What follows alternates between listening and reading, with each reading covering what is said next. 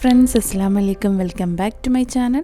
അപ്പോൾ ഞാൻ വന്നിട്ടുള്ളത് നല്ല ഹെൽത്തി ആയിട്ട് ഉണ്ടാക്കാൻ പറ്റുന്ന ഒരു മുരിങ്ങയില കറീൻ്റെ റെസിപ്പി ആയിട്ടും അതുപോലെ അതിൻ്റെ കൂടെ കഴിക്കാൻ പറ്റുന്ന നല്ല പൊന്നിയരിൻ്റെ ദോശേൻ്റെ റെസിപ്പിയാണ് ഈ ഒരു വീഡിയോയിൽ കാണിക്കുന്നത്.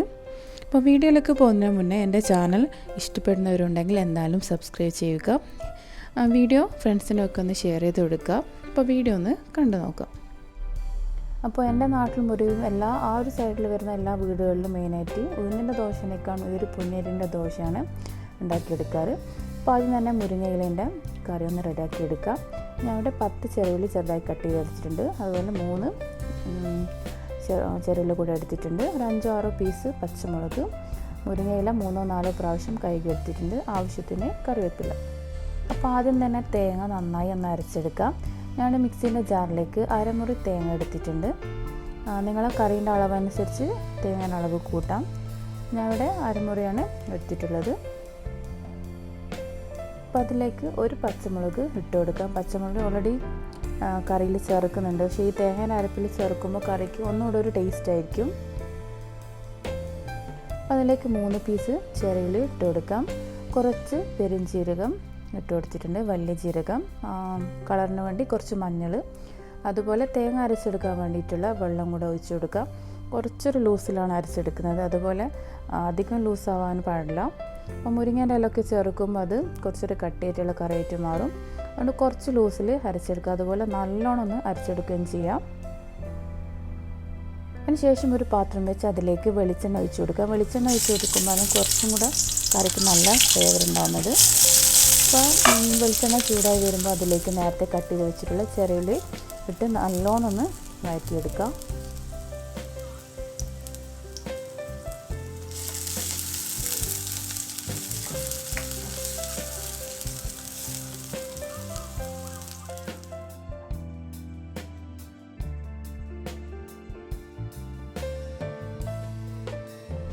അപ്പോൾ ചെറിയുള്ളി നല്ലോണം വാടി വന്നതിന് ശേഷം അതിലേക്ക് നേരത്തെ എടുത്ത് വെച്ചിട്ടുള്ള പച്ചമുളകും ഇതുപോലെ 2ആയി കട്ട് ചെയ്ത് ഇട്ട് കൊടുക്കുക.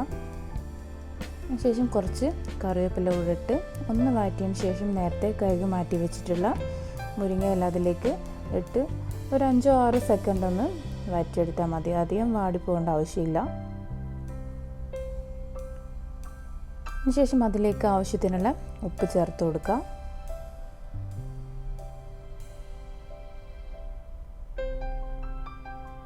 അപ്പോൾ ഉപ്പ് ചേർത്ത് ഒന്ന് മിക്സാക്കിയതിന് ശേഷം നേരത്തെ അരച്ച് മാറ്റി വെച്ചിട്ടുള്ള തേങ്ങയുടെ അരപ്പ് ഇതിലേക്ക് ഒഴിച്ചു കൊടുക്കാം. അപ്പോൾ ഈ ഒരു മിക്സീൻ്റെ ജാറിലേക്ക് കുറച്ചും കൂടെ വെള്ളം ഒഴിച്ച് അതും കൂടെ ഈ ഒരു അരപ്പിലേക്ക് ഒഴിക്കുന്നുണ്ട്. അപ്പോൾ കുറച്ചും കൂടെ ഒരു ലൂസിൽ തന്നെ ഇതുപോലെ റെഡിയാക്കി എടുക്കാം.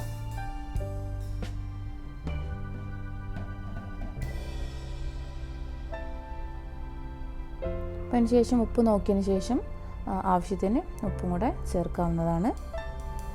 അപ്പോൾ കറി നല്ലോണം തിളച്ച് പൊങ്ങി വരേണ്ട ആവശ്യമില്ല. ജസ്റ്റ് ഇതുപോലെ സൈഡിലേക്കൊന്ന് ഇതുപോലെ ചെറിയൊരു തിള വന്നോളും. അപ്പോൾ ചെറുതായി ഇതുപോലെ ഒന്ന് ഇളക്കി കൊടുക്കണം, ഇല്ലെങ്കിൽ മൊത്തത്തിലൊരു പിരിഞ്ഞു പോവും. അപ്പോൾ സൈഡിൽ ഇതുപോലെ തിള വരുമ്പോൾ ഇതുപോലെ കയ്യിൽ വെച്ച് ഇതുപോലെ ഒന്ന് മിക്സാക്കി കൊടുക്കാം.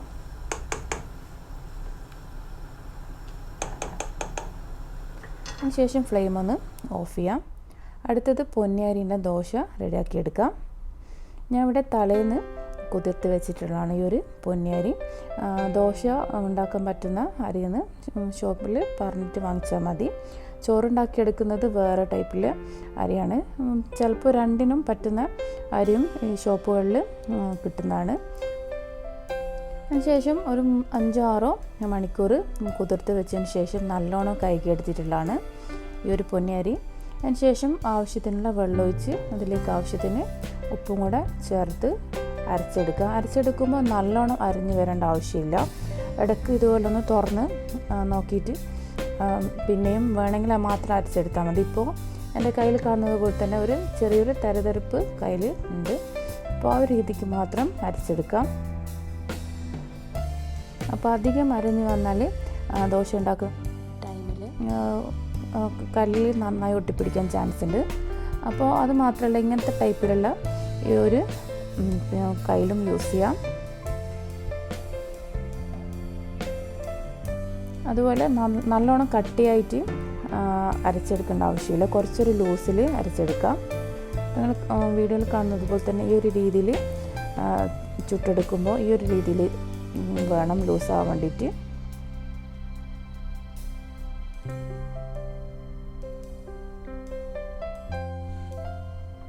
അപ്പോൾ ഈ ഒരു ദോശ നോൺ സ്റ്റിക്കിൻ്റെ പാനിലും അതുപോലെ സാധാരണ ദോശ ഉണ്ടാക്കിയെടുക്കുന്ന അയൺ കല്ലുണ്ടല്ലോ, ദോശക്കല്ല്, അപ്പോൾ അതിലും ചുട്ടെടുക്കാം. അപ്പോൾ അതിൽ ചുട്ടെടുക്കുമ്പോൾ കുറച്ച് എണ്ണ തടവിയതിന് ശേഷം ചുട്ടെടുക്കാം.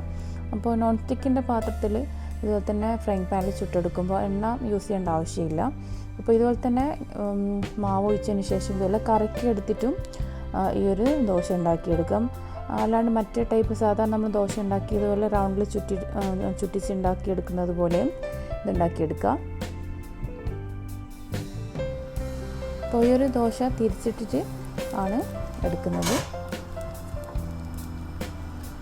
അപ്പോൾ ഇതുപോലെ തിരിച്ചിട്ടതിന് ശേഷം 1-2 സെക്കൻഡ് മറ്റേ സൈഡിലും ഒന്ന് റെഡി ആയതിന് ശേഷം മാത്രം കാസറോളിലേക്ക് മാറ്റാം.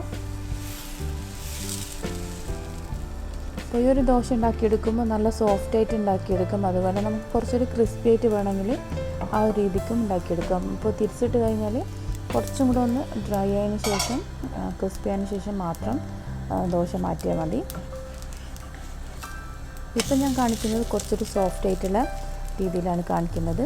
അപ്പോൾ ഇതുപോലെ തിരിച്ചിട്ട് കുറച്ചും കൂടെ ഒന്ന് കഴിയുമ്പോൾ എടുക്കുകയാണെങ്കിൽ കുറച്ചും കൂടെ ഒരു ക്രിസ്പി ആയിട്ട് കിട്ടും. അതുപോലെ നല്ലോണം കട്ടി കുറഞ്ഞിട്ടാണ് ഈ ഒരു ദോശ നമുക്ക് ഉണ്ടാക്കിയെടുക്കാൻ പറ്റുന്നത്.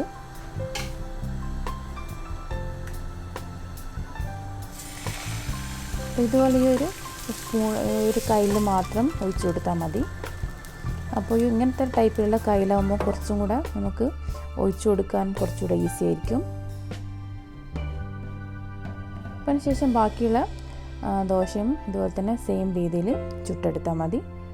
അല്ലെങ്കിൽ ഫ്രൈങ് പാനിൽ ഒഴിച്ച് ഇതുപോലെ ഒന്ന് ചുറ്റിച്ചെടുത്താൽ മതി. 2 രീതിയിലാണെങ്കിലും ഉണ്ടാക്കിയെടുക്കാൻ നല്ല ഈസിയാണ്. അപ്പോൾ ഇപ്പോൾ ഞാൻ കാണിക്കുന്നത് കുറച്ച് ക്രിസ്പി ആയിട്ടുള്ള ടൈപ്പാണ്. ഇതുപോലെ മറിച്ചിടുന്നതിൻ്റെ മുന്നേ തന്നെ കുറച്ചും കൂടെ ഒന്ന് ദോശക്കല്ലിൽ വെക്കുക. തിരിച്ചിട്ട് കഴിഞ്ഞാലും കുറച്ചൊന്ന് ക്രിസ്പി ആവുന്ന വരെ ഒന്ന് വെയിറ്റ് ചെയ്യാം. അപ്പോൾ ഈ ഒരു പൊന്നിയരിൻ്റെ ദോശയും അതുപോലെ